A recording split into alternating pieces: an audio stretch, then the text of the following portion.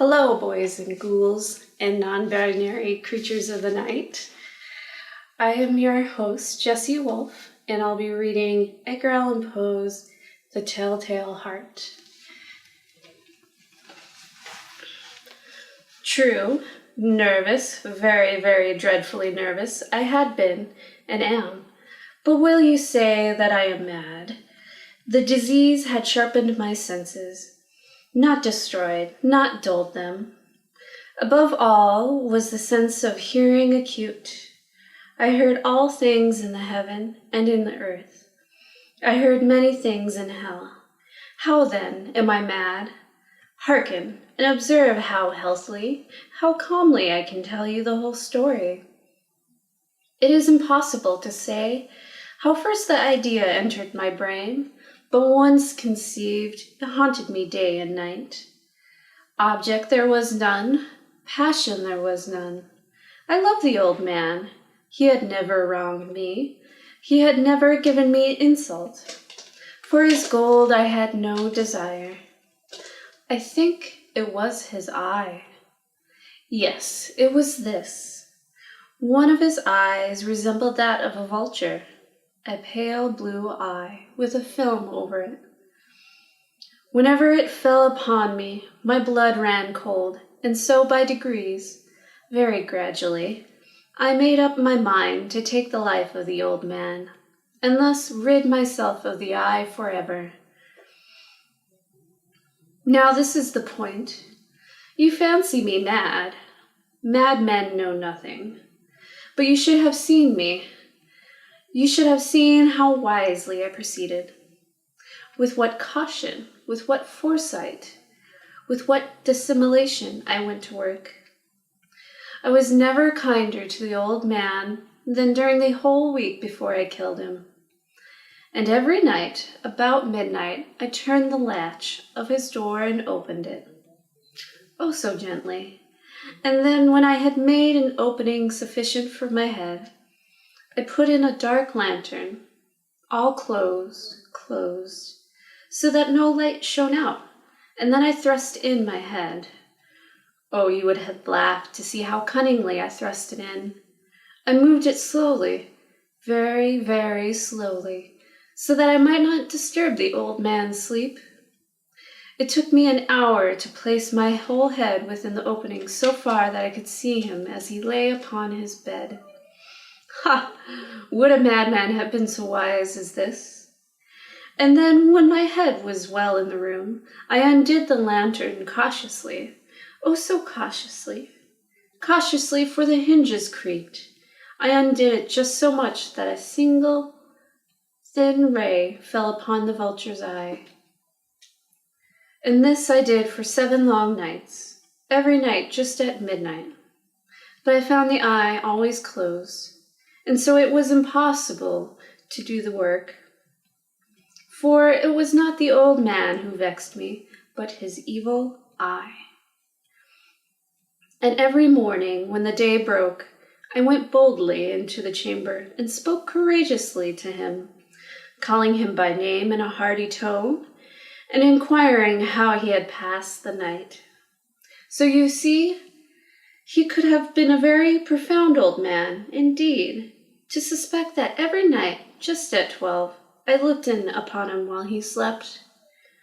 Upon the 8th night, I was more than usually cautious in opening the door. A watch's minute hand moves more quickly than did mine. Never before that night had I felt the extent of my own powers, of my sagacity. I could scarcely contain my feelings of triumph. To think that there I was opening the door, little by little, and he had not even to dream of my secret deeds or thoughts. I fairly chuckled at the idea, and perhaps he heard me, for he moved on the bed suddenly, as if startled. Now you may think that I drew back, but no. His room was as black as pitch, with the thick darkness, for the shutters were close fastened through fear of robbers. And so I knew that he could not see the opening of the door, and I kept pushing it on steadily. I had my head in and was about to open the lantern when my thumb slipped upon the tin fastening, and the old man sprang up in bed, crying out, "Who's there?" I kept quite still and said nothing. For a whole hour I did not move a muscle, and in the meantime I did not hear him lie down. He was still sitting up in the bed, listening, just as I have done night after night, hearkening to the death watches in the wall. Presently I heard a slight groan, and I knew it was the groan of mortal terror. It was not a groan of pain or of grief. Oh no, it was the low, stifled sound that arises from the bottom of the soul when overcharged with awe. I knew the sound well, many a night just at midnight, when all the world slept. It welled up from my own bosom, deepening with its dreadful echo the terrors that distracted me. I say I knew it well. I knew what the old man felt, and pitied him, although I chuckled at heart. I know he had been laying awake ever since the first slight noise, when he had turned in the bed. His fears had been ever since growing upon him. He had been trying to fancy them causeless, but he could not. He had been saying to himself, "It is nothing but the wind in the chimney. It is only a mouse crossing the floor." Or, "It is merely a cricket which had made a single chirp." Yes, he has been trying to comfort himself with these suppositions, but he had found all in vain. All in vain, because death, in approaching him, had stalked with his black shadow before him and enveloped the victim. It was the mournful influence of the unperceived shadow that caused him to feel, although he never saw nor heard, to feel the presence of my head within the room. When I had waited a long time, very patiently, without hearing him lie down, I resolved to open a very, very little crevice in the lantern. So I opened it, you cannot imagine how stealthily, until at length a single dim ray, like the thread of the spider, shot out from the crevice and fell upon the vulture eye. It was open, wide open, and I grew furious as I gazed upon it. I saw it with perfect distinctness, all a dull blue, with a hideous veil over it that chilled the very marrow in my bones. But I could see nothing else of the old man's face or person, for I had directed the ray, as if by instinct, precisely upon the damned spot. Now have I not told you that what you mistake for madness is but an over-acuteness of the senses? Now I say, there came to my ears a low, dull, quick sound, such as a watch makes when enveloped in cotton. I knew that sound well, too. It was the beating of the old man's heart. It increased my fury, as the beating of a drum stimulates the soldier into courage. But even yet I refrained and kept still. I scarcely breathed. I held the lantern motionless. I tried how steadily I could maintain the ray upon the eye. Meantime, the hellish tattoo of the heart increased. It grew quicker and louder and louder every instant. The old man's terror must have been extreme. It grew louder, I say, louder every moment. Do you mark me well? I have told you that I am nervous. So I am. And now at the dead hour of the night, amid the dreadful silence of that old house, so strange a noise as this excited me to uncomfortable terror. Yet for some minutes longer I refrained and stood still. But the beating grew louder. I thought the heart must burst. And now a new anxiety seized me. The sound could be heard by a neighbor. The old man's hour had come. With a loud yell, I threw open the lantern and leaped into the room. He shrieked once only. In an instant, I dragged him to the floor and pulled the heavy bed over him. I then smiled gaily to find the deed so far done. But for many minutes the heart beat on with a muffled sound. This, however, did not vex me. It would not be heard through the wall. At length it ceased. The old man was dead. I removed the bed and examined the corpse. Yes, he was stone dead. I placed my hand upon the heart and held it there many minutes. There was no pulsation. He was stone dead. His eye would trouble me no more. If still you think me mad, you will think so no longer when I describe the wise precautions I took for the concealment of the body. The night waned, and I worked hastily, but in silence. First of all, I dismembered the corpse.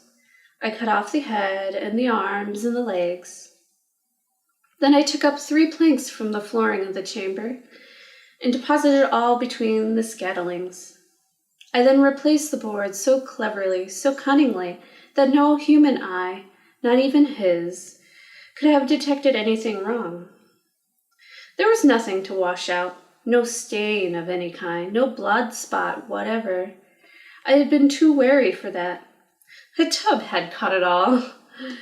When I had made an end of these labors, it was 4 o'clock, still dark as midnight. As the bell sounded the hour, there came a knocking at the street door. I went down to open it with a light heart, for what had I now to fear? There entered 3 men, who introduced themselves with perfect suavity as officers of the police. A shriek had been heard by a neighbor during the night. Suspicion of foul play had been aroused. Information had been lodged at the police office, and the officers had been deputed to search the premises. I smiled, for what had I to fear? I bade the gentleman welcome. The shriek, I said, was my own in a dream. The old man I mentioned was absent in the country. I took my visitors all over the house. I bade them search well. I led them at length to his chamber. I showed them his treasures secure, undisturbed. In the enthusiasm of my confidence, I brought the chairs into the room and desired them here to rest from their fatigues, while I myself, in the wild audacity of my perfect triumph, placed my own seat upon the very spot beneath which reposed the corpse of the victim. The officers were satisfied. My manner had convinced them. I was singularly at ease. They sat, and while I answered cheerfully, they chatted of familiar things. But ere long I felt myself getting pale and wished them gone. My head ached, and I fancied a ringing in my ears, but still they sat, and still chatted. The ringing became more distinct. It continued and became more distinct. I talked more freely to get rid of the feeling, but it continued and gained definiteness, until at length I found that the noise was not within my ears. No doubt I now grew very pale, but I talked more fluently, with a heightened voice. Yet the sound increased, and what could I do? It was a low, dull, quick sound, much such a sound as a watch makes when enveloped in cotton. I gasped for breath, but the officers heard it not. I talked more quickly, more vehemently, but the noise steadily increased. I arose and argued with trifles, in a high key and with violent gesticulation, but the noise steadily increased. Why would they not be gone? I paced the floor to and fro with heavy strides, as if excited to fury by the observation of the men. But the noise steadily increased. Oh God, what could I do? I foamed, I raved, I swore. I swung the chair upon which I had been sitting and grated it upon the boards, but the noise arose over all and continually increased. It grew louder, louder, louder, and still the men chatted pleasantly and smiled. Was it possible they heard not? Almighty God, no. No, they heard, they suspected, they knew. They were making a mockery of my horror. This I thought, and this I think. And anything was better than this agony. Anything was more tolerable than this derision. I could bear those hypocritical smiles no longer. I felt that I must scream or die. And now, again, hark! Louder, louder, louder, louder! Villains, I shrieked. Dissemble no more. I admit the deed. Tear up the planks. Here, here!